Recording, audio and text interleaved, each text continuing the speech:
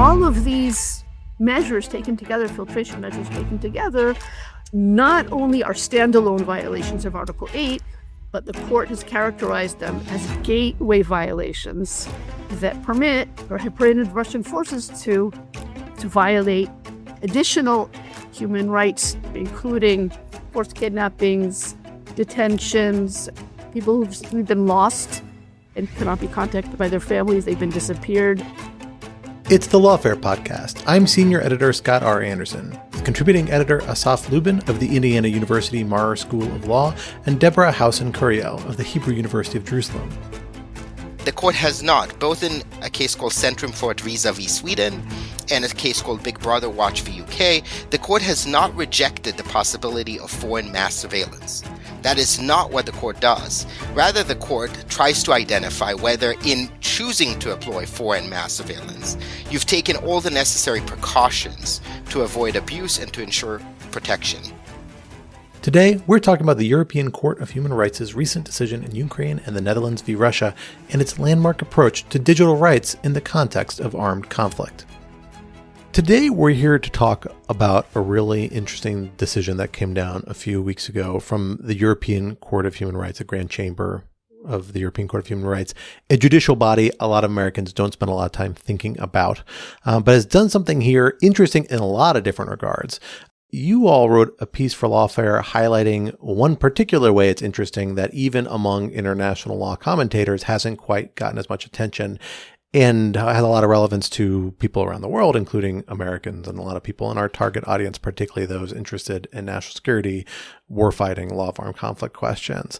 So I want to dig into that technical aspect of this opinion, a lot of the issues you raise about privacy, digital privacy, and the intersection of the law of armed conflict. Before we do, though, let's talk about this case itself. This is Ukraine and the Netherlands v. Russia. Deb, give us a little bit of background about the procedural posture, what led us to the decision, and the kind of broader universe of issues that the court was facing before we dig into the specific lane you all focus on in your piece. So in the July 9th judgment, the European Court of Human Rights ruled many important and critical issues. Our focus here is on the ruling on data privacy rights under Article 8 of the European Convention on Human Rights. Not only was there a substantive ruling on how digital privacy rights play out in wartime, but there was even a more detailed, specific ruling on the part of the court on how digital privacy rights should be implemented by countries in wartime and in occupied territories specifically. So it was in the privacy context, it was really a two-part landmark decision, sort of at the top, at the highest level. So that's at the first level. There are a few more things that are really interesting about the case just at the top. It's at the legal level, but more at the almost surprising level of what this judgment did. So first of all, it's a giant. It's 500 pages long, and 18 of those pages approximately are devoted specifically to the digital privacy issues, which is an awful lot. Secondly, out of the European Convention on Human Rights, which is the treaty which is the basis of the judgment, 26 out of the 46 state parties intervene as third parties to the judgment. That's never happened before. And the court registrar, in communicating the judgment to the public, said this is without precedent, and it's one of the most consequential judgments in the history of the court. And finally, sort of almost an extra legal point is that the court itself stated that this judgment was really a restatement of the raison d'etre of the treaty itself and the post-war legal human rights regime that obtains in the European context. I'll just specifically add, just to hit on that procedural posture issue. So the case comes to the court because of a series of applications, the first set of which comes from Ukraine in March and June 2014, August 2015, and then the latest in February 22, that's after the invasion. And there's another application that comes from the Netherlands. That's why we get the case being called Ukraine and the Netherlands v. Russia, because the Netherlands submitted an application in July 2020 focusing on the downing of flight MH17. alleging Russians' responsibility for the missile attack and the failure to investigate the deaths that have occurred on board that flight. And so what the court is doing across those 500 pages that Deb was talking about is trying to answer all of these various complaints all at once in response to the myriad of allegations of violations by Russia of human rights across years of conflict in that region. That's the context. Getting on to Asaf, doing this all in the absence of a live Russian body. So Russia is, as a result of being taken out of the whole treaty context as a result of its invasion of the Ukraine and its own refusal to accept the court's jurisdiction, we don't have a Russian presence in the courtroom, and Russia has formally declared itself not party to the proceedings, and now willing to accept the judgment. So that's an additional, outside of the courtroom or outside of the judgment situation, that feeds into the complexity of the judgment as Asaf presented it as well. So, as you mentioned, the scope of this matter is huge. The jurisdiction of the court runs till 6 months after the expulsion of Russia from the Council of Europe, which happened in March 2022, shortly after its invasion of Ukraine. So up until September 2022. So it covers critical months of the Ukraine conflict, but notably not the bulk of it. But it does cover Crimea and a bunch of other actions that Russia has clearly been involved in. I think it's fair to say there's no shortage of human rights violations Russia is credibly accused of in the decade plus prior to September 2022. But their specific set of actions are what were most clearly implicated in relation to the privacy questions you all are most interested in. And that is a process that is described as filtration. Deb, talk to us about what this filtration is and why it raised so squarely these questions about privacy in the context of armed conflict that are relatively novel, or at least the way the court chose to address them is relatively novel. Scott, we have, in terms of the amount of Ukrainians being taken into this campaign, this Russian data collection campaign, about 1 million. Various estimates. We have 1 million people, a quarter of them minors, those who are processed in a compulsory procedure that the Russian military forces and associated forces have set up. So 21 filtration centers, both within occupied Ukrainian territory and at Russian border points, so going in both directions. So whether you're coming into occupied Ukraine or leaving occupied Ukraine back into Russia and you're a Ukrainian, you are compelled to go through these filtration measures. And what these filtration measures include, according to evidence that we've had from reports from human rights NGOs, several of them, which have more or less been incorporated into the court's judgment. So overall invasive and even abusive security checks of individuals, their telephones, their computers, their personal belongings. What does that mean? Forced provision of passwords to mobile phones and to computers, downloading of phone contact lists, videos, photos, email exchanges. Again, reminding us that we're talking about Ukrainian civilians in the wartime situation, not combatants, registering identification numbers of telephones, including the IMEI numbers, collecting passport numbers, scanning for biometrics, taking fingerprints and taking palm prints, other surveillance that was less well documented, but clearly cameras at detention sites and at these correction sites. And all of these measures taken together, filtration measures taken together, not only are standalone violations of Article 8, but the court has characterized them as gateway violations that permit or have permitted Russian forces to violate additional human rights, including forced kidnappings, detentions, people who've been lost and cannot be contacted by their families. They've been disappeared, forced kidnappings of minors and others. So on 2 counts, the filtration measures stand alone as a severe violation of Article 8 and have also permitted severe violations of other articles of the treaty. I just want to acknowledge specifically the work of Yale School of Public Health's Humanitarian Research Lab. My dear colleague and friend Nathaniel Raymond has been involved for years now in research on these issues. The reason I want to highlight it is because much of their investigations to identify the location of the filtration sites and the exact activity involved include a lot of open source analysis. We will talk a lot about digital collection, and I wanted to highlight that there could be positive uses of digital investigations, not just negative ones in the context of what we'll talk about. They've done so much work. The report is called System of Filtration, Mapping Russia's Detention Operations. And in that report, which the court relies on in part, they identify a lot of the locations, the nature of the activity. A lot of it was also, of course, based on witness reports and investigations in that context.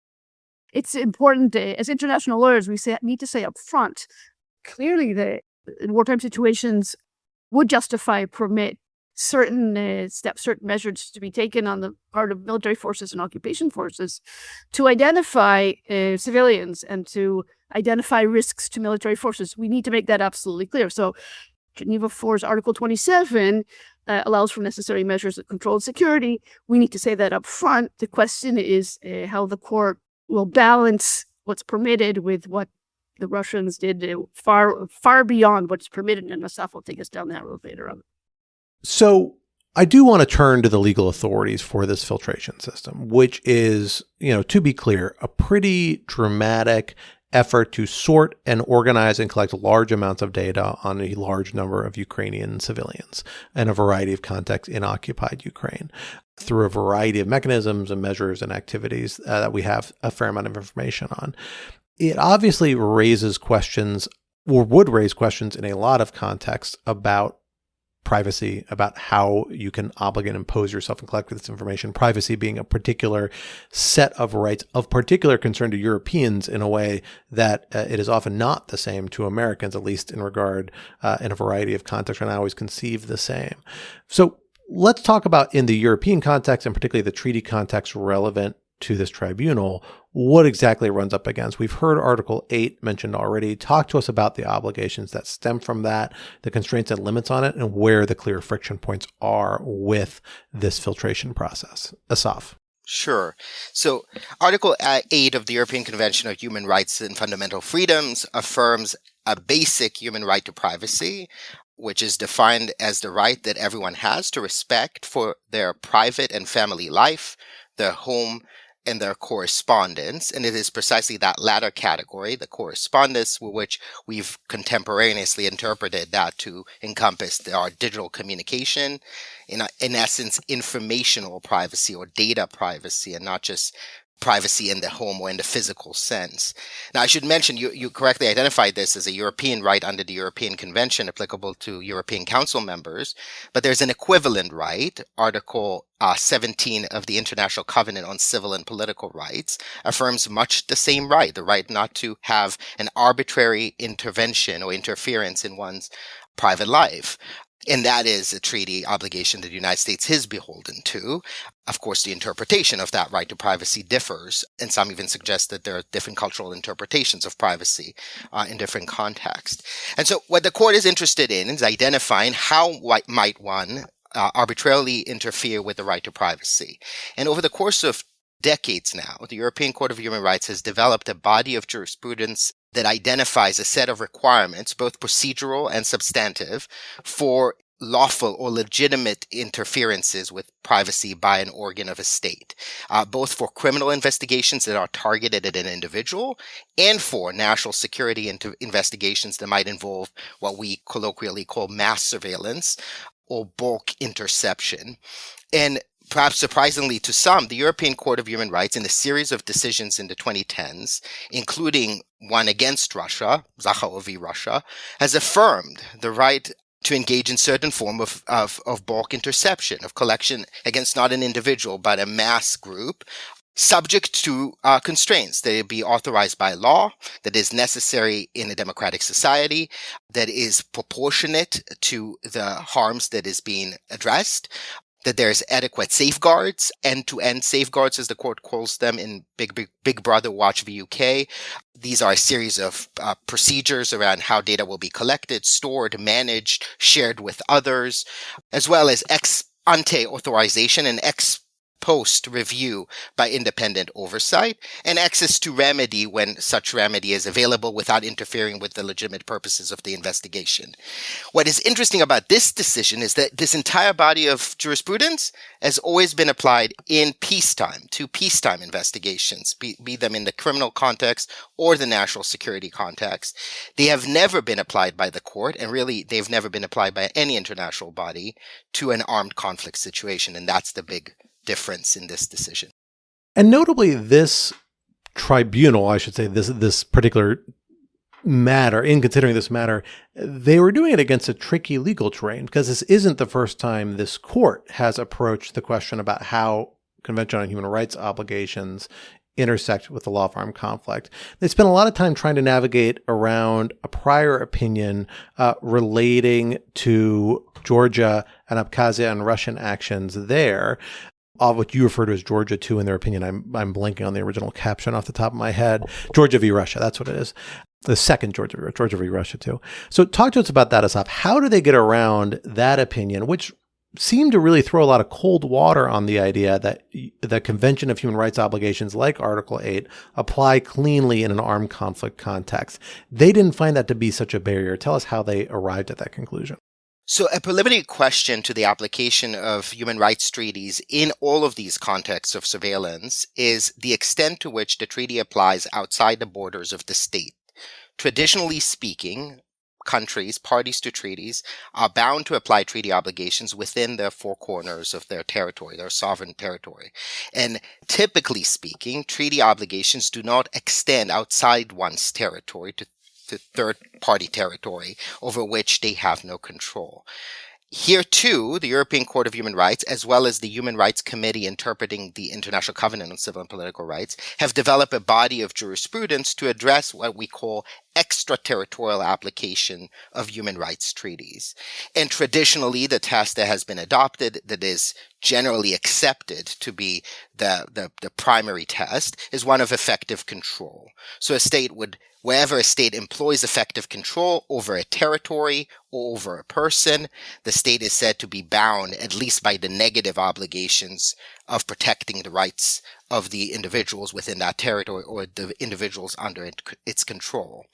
What was interesting about the Georgia v. Russia decision is that the court in Georgia v. Russia addressed the 5 days in 2008 war in South Ossetia between Georgia and Russia, which was 5 very intense days of conflict. And the court drew a stark doctrinal theory in that case, wherein it says that, quote, in the active phase of hostilities, end quote, the very reality of armed confrontation and the fighting between the parties to establish control over an area in, quote, a context of chaos means that there is no one party that can claim effective control over an area to trigger the application of the treaty. And that has led many international lawyers to write many papers and blog posts criticizing the decision. Marko Milanovic even said that it's exemplary only in its arbitrariness, because how do we define chaos? And when might an armed conflict rise to the level of chaos so that human rights law do not apply, and do not rise to the level of chaos when human rights law applies? So in the wake of Georgia 2, human rights scholars were all wondering what the court will say in Ukraine and Netherlands v. Russia, which is too a space in which there is an active phase of hostilities. And the court chose to distinguish that decision, not to completely reject it or disown it. It suggested instead that because of the nature of the Russian activities, they announced that they are trying to take over territory that they claim and ultimately annexed, that they claim as their own, against a high contracting party on European soil, first time since World War II in this level and magnitude. And given the interventions of member states, all affirming, as Deb was suggesting before, the ratio d'etat, the core justification of this treaty, in light of all this background, it will be ridiculous to suggest that Russia is not intending and therefore should not be beholden to a test of effective control. It's intending to achieve effective control. It should be beholden to the consequences of its effective control. But even that the test of chaos is not mentioned by the court, and Georgia v. Russia is just compared to under a quick parenthetical and nothing more. So the court is kind of trying to walk a careful line there. The additional twist that the court does add, and I agree completely that there's a dance around previous jurisprudence, but the court is very careful to emphasize in its discussion of the Article 8 violations how systematic they were. So it's sort of the subtext is we're talking about the non-chaotic nature of this campaign. They carefully employ the word systematic collection of data and emphasize that there were 21 filtration centers. And as you've already described, reading through the case, it was very interesting to note that emphasis, especially in the light of the jurisprudence that went before. So it's certainly a shadowy, in the shadows, impossible to come to the conclusion that the court ignored what went before. So I completely agree on that. So as you mentioned, they distinguish the Georgia 2 situation based on the systemic and planned nature of the filtration exercise. This was not a product of the chaos of armed conflict or war. This was a deliberate policy adopted by the Russian Federation as part of a policy and anticipated, before entering into the war, which is an interesting line of distinction. I want to actually circle back to that a little bit in a second. Before we do that, let's talk about, okay, so now they're able to get to Article 8 and its impact on the filtration system. Where do they actually get on there, Deb? Talk to us about what they actually say. Here's the parts of the filtration system that run into tension or into conflict with Article 8 obligations. Here's where Russia went too far. Here's what they did, violated it. Give us that granular nature about what they actually held. The pivot point is, as you're describing it, Scott, is really, I think, the gateway.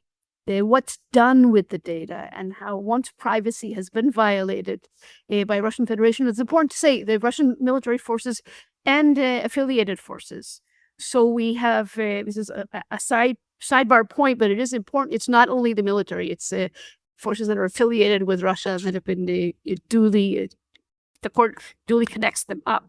So it's not only do we have the prima facie violations of Article 8 as really clearly violated by the feasibility measures, but these feasibility measures, let's give a specific example. So a Ukrainian citizen, a non-combatant, comes through with her family, 3 kids, husband may be absent in a different place, her cell phone is taken away, she's required to give the password, family photos, communications with her husband in a different place.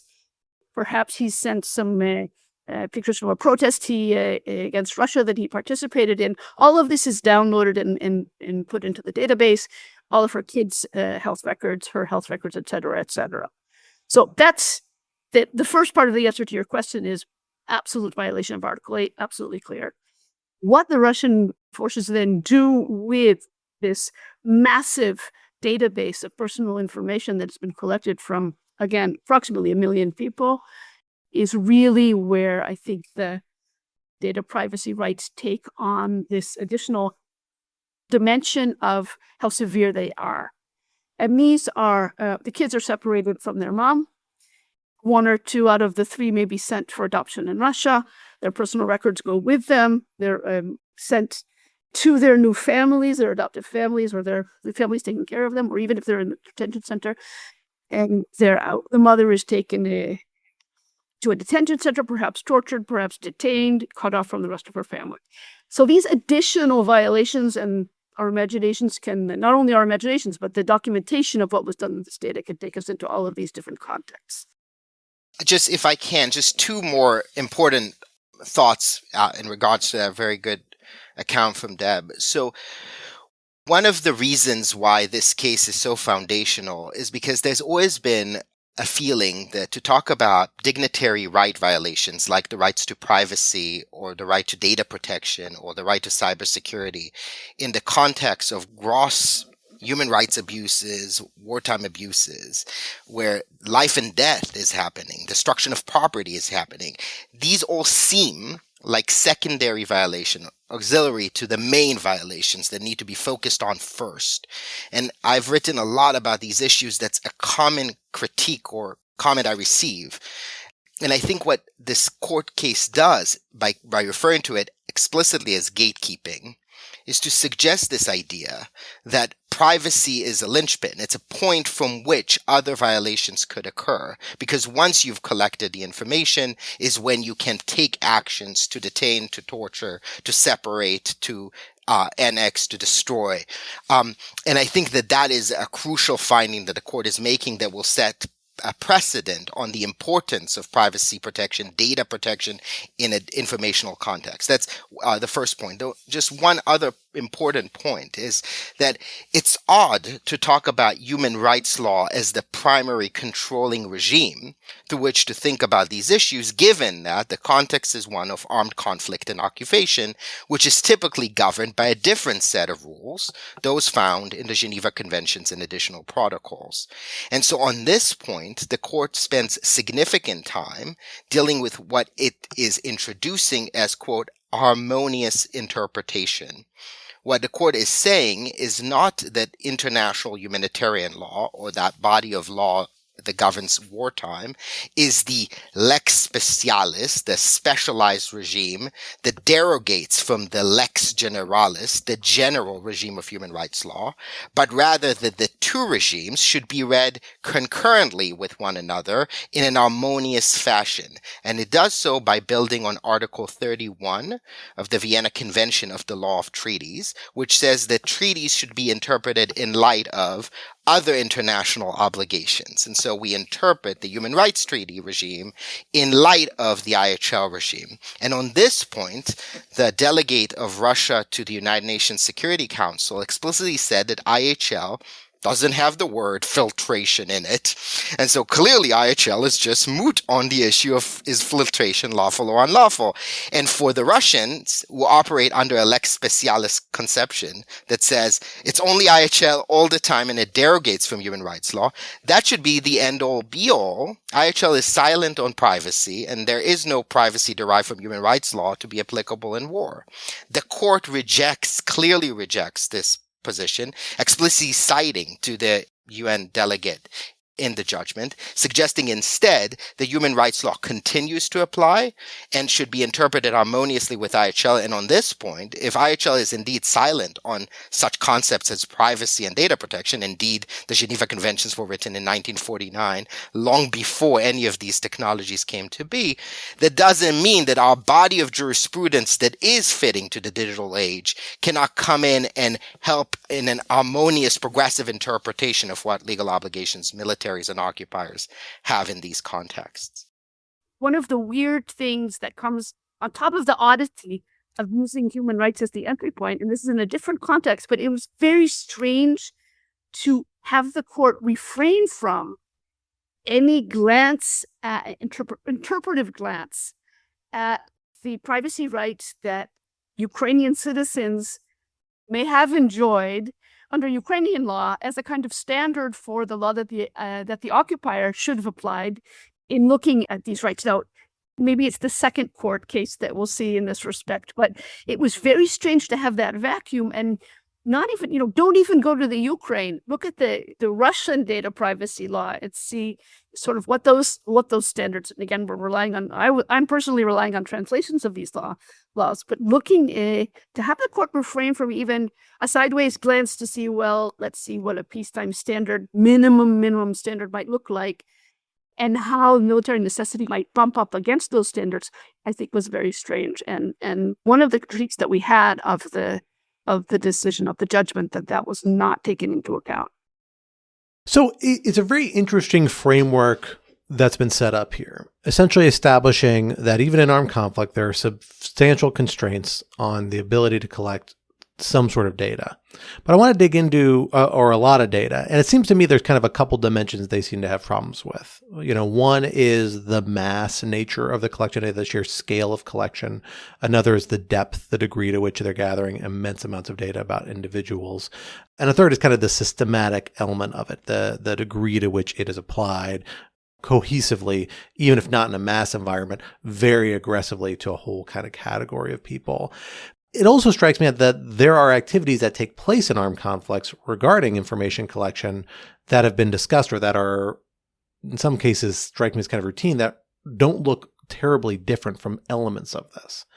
And at least as I understand it, although correct me if I'm wrong, the terrible consequences that flowed from many of the things Russia did with this data, while the gateway concept, while relevant to the significance of privacy, even in armed conflict context, was in itself the basis for finding a violation, right? It was the Article 8 itself was a violation. That was a justification for the significance of that armed conflict. So let me run through a couple hypotheticals I'm curious about how the court would look at through this sort of framework. Let's talk about one that comes up a lot as a possibility as we look forward to future conflicts, which is the idea of collecting mass data on, for example, civilian populations in a conflict zone.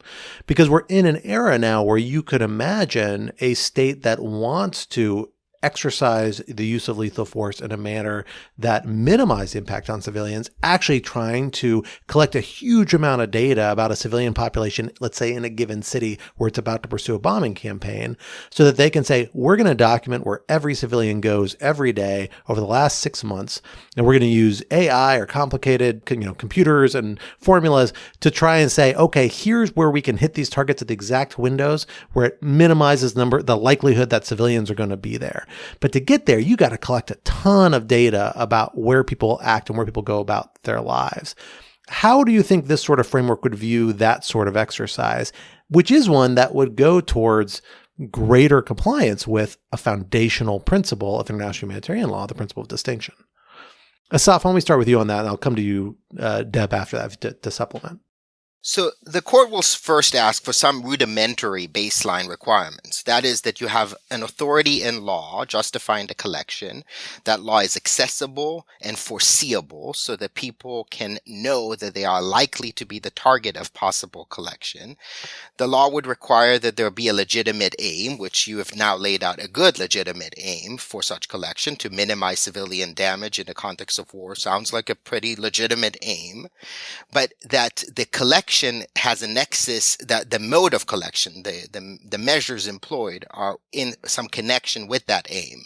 And where they are disproportionate to the aim, predominantly where there is a lesser intrusive means of achieving the same aim, you first should pursue that measure before adopting another. And so if there is a different way, less intrusive, less dragnet to achieve that measure, that is something the court would consider. But as it relates to this decision, the court adds a set of procedural requirements, which were also lacking for Russia here, or at least ones that Russia did not explicitly, because it was not a party to the proceeding, did not present to the court for it to rule on.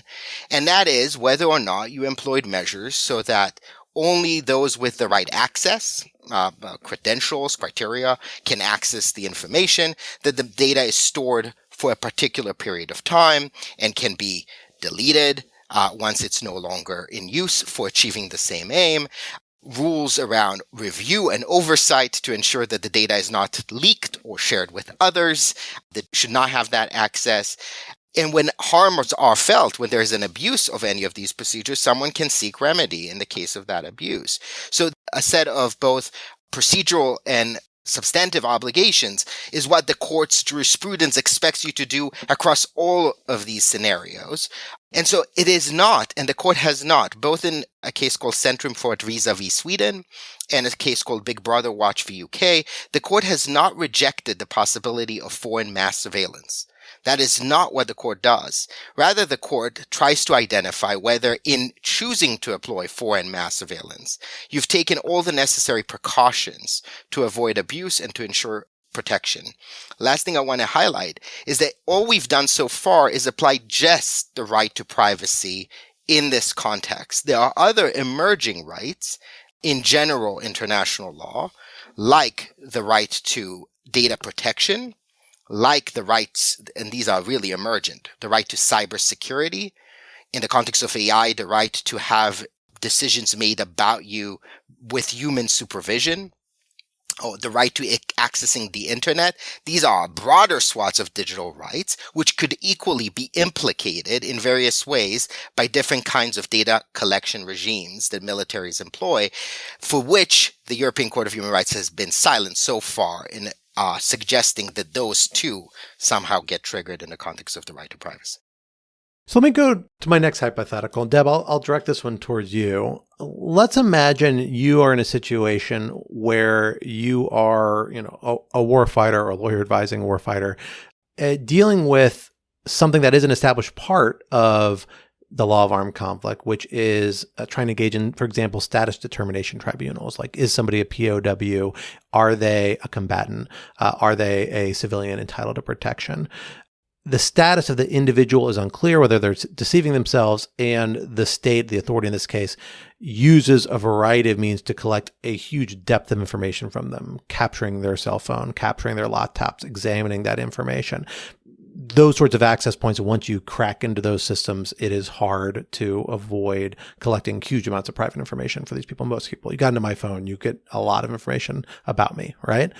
What does this have to say about? Is it really about the protection and the balancing with the interests pursued? Is it saying it's not prohibitive? Do we give a sense about how they would approach that sort of circumstance and how they may reconcile it with what is a well-established and even encouraged practice under international humanitarian law, which is trying to distinguish between civilians and POWs and engaging in an inquisitory process to determine status?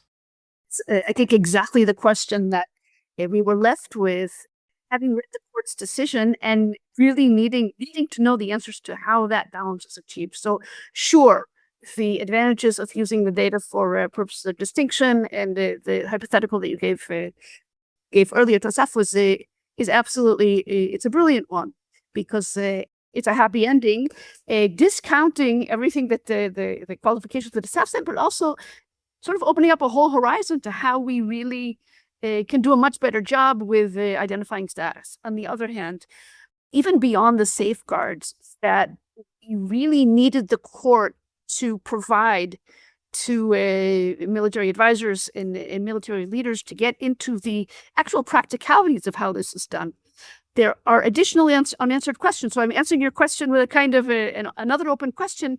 We need to know, for example, for how long personal data that's needed to identify non-competence is held. How is it held? What happens if it's breached? And what if it's breached by terrorist organizations outside of this realm of conflict and converted into different uses that haven't been foreseen even by the most meticulous military data collection campaign that we can imagine? There are too many unknowns, and at the end of the day, the court did not address even that uncertainty that you've raised. And it gets even more complicated, and we're getting in a little bit ahead of ourselves in terms of the timeline, but not too far ahead. It's going to be easy very soon to collect DNA samples as a matter of routine, exactly at the points that you're describing of determining status, and the full potential that is another podcast entirely about how the integrity of personal data is maintained by whoever holds it, beyond determining the status of POWs, civilians, competence. There are no criteria, no guidelines whatsoever, and that the court has given, or even a look at the question of how critical that exact point is. Just to interject, the court is at step 0 because society is at step 0. That is to say, at the moment, take the General Data Protection Regulation, or even the more recent AI Act from the European Union. In both of these scenarios, there's explicit carve-outs for national security data collection or for national security AI activity. And so it is common in most data collection regimes to exclude the military, to exclude armed conflict situations. And for that reason, to the extent that militaries employed this, they have done this on either because they claim that the constitution extends extraterritorially, German's constitutional court has said so, or because they've done so not as a matter of a legal obligation, but only as a matter of standardization domestically. We're looking at militaries to first take the step of articulating that they do, into their military manuals, that they do have a legal obligation to protect data privacy. so that we can start debating how do we apply that obligation in various contexts. But we are not even at step 0 yet, and that's definitely what the court has affirmed today. You need legal authority in order to engage in military data collection moving forward. We've got an idea about how this important European institution, which impacts a ton of countries, many close allies of the United States, many countries that are major powers in their own right in the global scheme, look through this, are going to have to look at this sort of issue to maintain their compliance with their treaty obligations and their general good standing in their broader community. But this is still a holding by one treaty body relating to one set of obligations that is not universal. Talk to us about the significance of this in the broader scheme. And to make it maybe more directly relevant to the center of gravity of our audience, talk to me about why it matters to Americans, not just because their allies will care about this, although that is a good reason, but how do you see this impacting the trajectory of the understanding of broader systems of international law that bear on Americans and bear on conflict outside of Europe?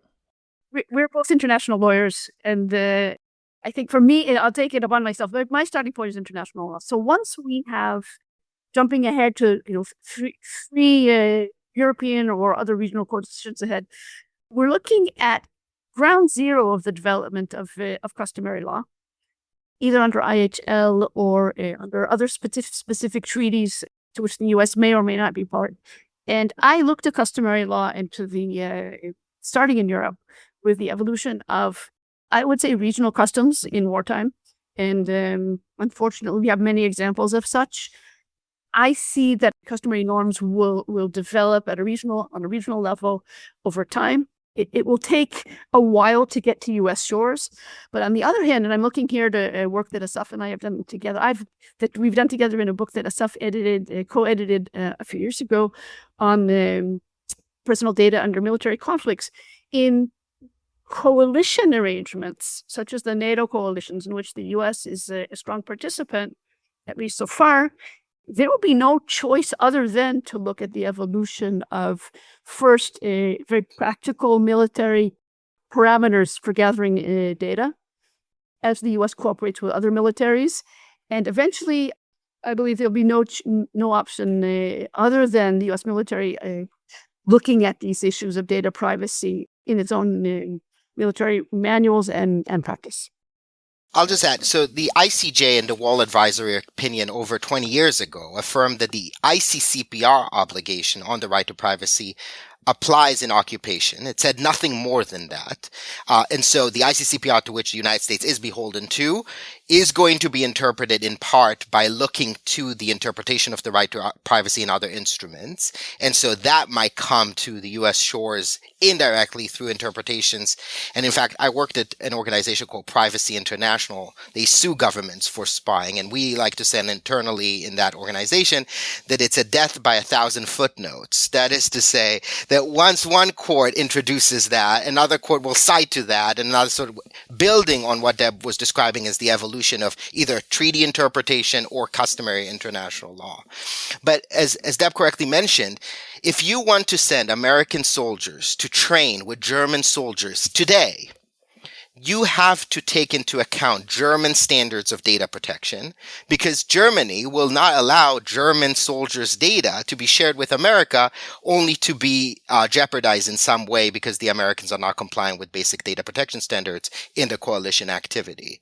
And so it will be in our interest to at least be aware of what the European data protection standards are if we are ever to collaborate with Europeans in the future in all kinds of military contexts. It is really fascinating legal development for those of us who follow law of armed conflict developments, who look at it through the lens of these emerging technologies and are thinking about this. I think it's absolutely interesting, and I really appreciate your piece bringing this issue to my attention, certainly, as somebody who's not tried to tackle the 500-plus page opinion in much detail, other than skimming briefly other parts of it that I found interesting, but not this part, admittedly. Talk to me about what we should look for next for interested in this. these cases don't arise all that often. We're probably not going to get another seminal judgment about these issues in the near future, although correct me if I'm wrong, if there's something on the horizon.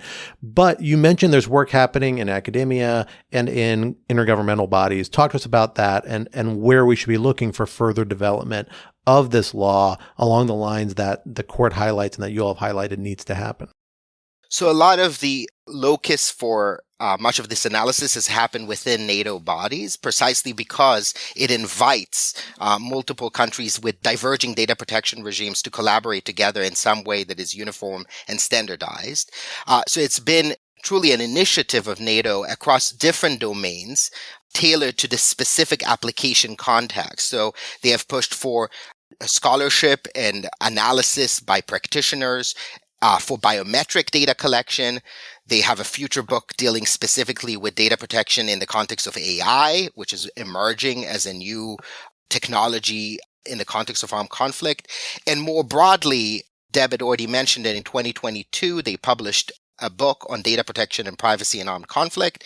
They are about to release in 2026 a practitioner guide that takes all of this academic work and tries to translate it to how a lawyer in the military can think about these issues. And they use an interesting color coding scheme between red, green, and yellow on the levels of intensity of the fighting to what the data protection obligations should be, trying to resolve precisely the kind of hypotheticals we have started to talk about today. But it will build 100% on nation states incorporating some of these standards into their military manuals, into their military guidelines, and then trying to understand how those help shape a baseline of practice long before it bases baseline of legal interpretation, because it will start from the ground up. And because, as you suggested, I am not aware of any international court decision in the horizon to deal with this. Well, Scott, I'm much more of a pessimist than Asaf. I'm looking to the first massive breach of such a database, or even a military database, military collected database that will out extremely sensitive data. Unfortunately, as the curve of cyber attacks continues to rise, I think that may be the trigger, as is in so often in other contexts, for the military legalists to really put their attention on this and get some practical applications underway, unfortunately. Well, that suggests to me that we'll have opportunities to talk about this more in the future, but for now we are out of time. Thank you both for joining us here today on the Lawfare podcast. Thank you very much. Thank you very much, Scott. The Lawfare podcast is produced in cooperation with the Brookings Institution. You can get an ad-free versions of this and other Lawfare podcasts by becoming a Lawfare material supporter at our website, lawfaremedia.org/support. You'll also get access to special events and other content available only to our supporters. Please rate and review us wherever you get your podcasts. And look out for other podcasts, including Rational Security, Allies, The Aftermath, and Escalation, our latest Lawfare Presents podcast series about the war in Ukraine. In addition, check out our written work at lawfaremedia.org. The podcast is edited by Jen Patch, and our audio engineer this episode was Kara Schillen of Go Rodeo. Our theme song is from Alibi Music. As always, thank you for listening.